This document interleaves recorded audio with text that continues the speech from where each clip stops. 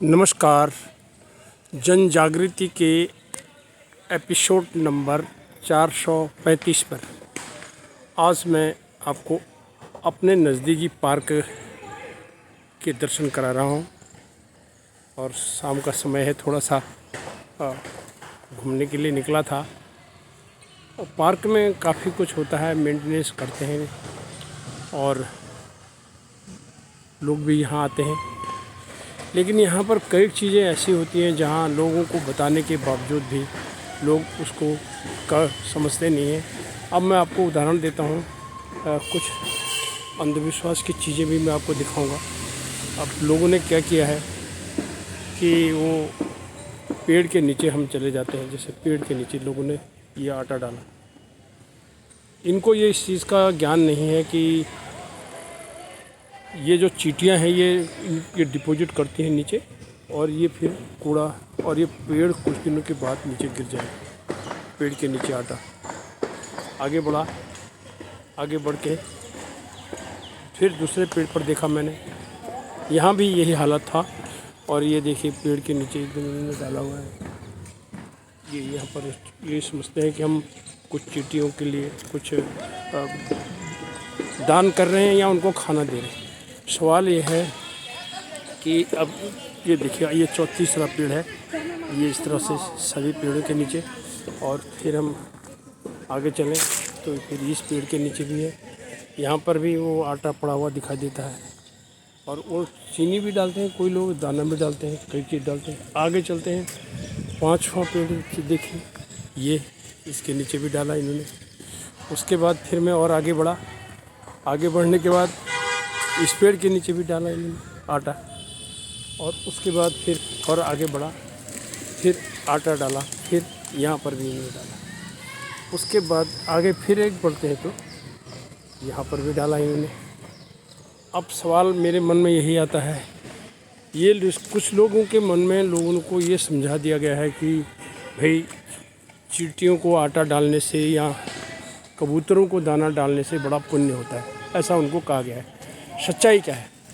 सच्चाई ये है कि जितने भी कीड़े मकोड़े, इंसेक्ट और एंटोमोलॉजी में ये सारे आते हैं। पार्क के दूसरी तरफ चलता हूँ तो वहाँ पर भी देखिए, ये देखिए इधर भी ऐसी हालत है। फिर यहाँ पर चूहे भी आते हैं, चूहों ने भी छेद कर रखा है। उसके बाद एंटोमोलॉजी में जो हमको सिखाया गया है मेडिकल कॉलेज पुणे के एंटोमोलॉजी डिपार्टमेंट में, तो वो ये जो इंसेक्ट होते हैं, ये अपना भोजन, बहुत कुछ इनको कुदरत ने अपने आप ही दे रखा है। इनको आटा डालने की, दाना डालने की ज़रूरत नहीं होती। ये अपने आप जो है प्राप्त कर लेते हैं। और इधर उधर जा कर के सब कुछ, सामने एक पार्क है, यहाँ लोग कुछ बच्चे क्रिकेट भी खेल रहे हैं इस पार्क में। और मेरा उद्देश्य क्या होता है कि आप डालें कहाँ, ये इससे लाभ किसको हो रहा है इनको मालूम नहीं है। अब होता क्या है, चींटी की एक आदत होती है, वो अपना खाना प्रिजर्व करने के लिए उसमें डाल देते हैं, छेद करते हैं नीचे, छेद करते हुए, और फिर छेद करके वो नीचे पेड़ की जो जड़ होती है, उस जड़ को वो खोखला करना शुरू कर देते हैं। और खोखला शुरू करके अब आएगी बारिश, और बारिश में ये पेड़ लटक जाते हैं। तो हम लोगों को सिर्फ इतना ही कहना चाहते हैं कि इसको समझने की ज़रूरत है, ऐसा न करें और पेड़ों को बचाएं, पेड़ लगाएं। और वहीं पर ही मैंने आगे देखा है, थोड़ा दूरी पर है, वहाँ कुछ दाने डाले हैं, तो वहाँ चूहों ने छेद करना शुरू कर दिया, और इतने चूहे ऊपर आते हैं, फिर वो भी जब बारिश होती है पेड़ लटक जाते हैं। तो लोगों को समझना चाहिए, दाना पानी जितना है ना, कुदरत ने सबका इंतज़ाम खाने का कर रखा है। ये इसमें नहीं है कि हम उनको जब दाना दें तो वो दाना डाल के ही हमारे दाने पर वो इंतज़ार में बैठे हैं कि ये दाना डालेगा और तब जाके वो देगा। पार्कों की शोभा बिगड़ जाती है यदि हम इस तरह हर आदमी यहाँ दाना डालेगा, कोई रोटी डालेगा, फिर कुत्तों को डालेगा, तो फिर जो पार्क हमारे जो स्थानीय निकाय हैं वो जो उसको सही करते हैं, फिर उनकी खूबसूरती बिगड़ती है। और फिर यहाँ कुत्तों का भी जमावड़ा लगता है।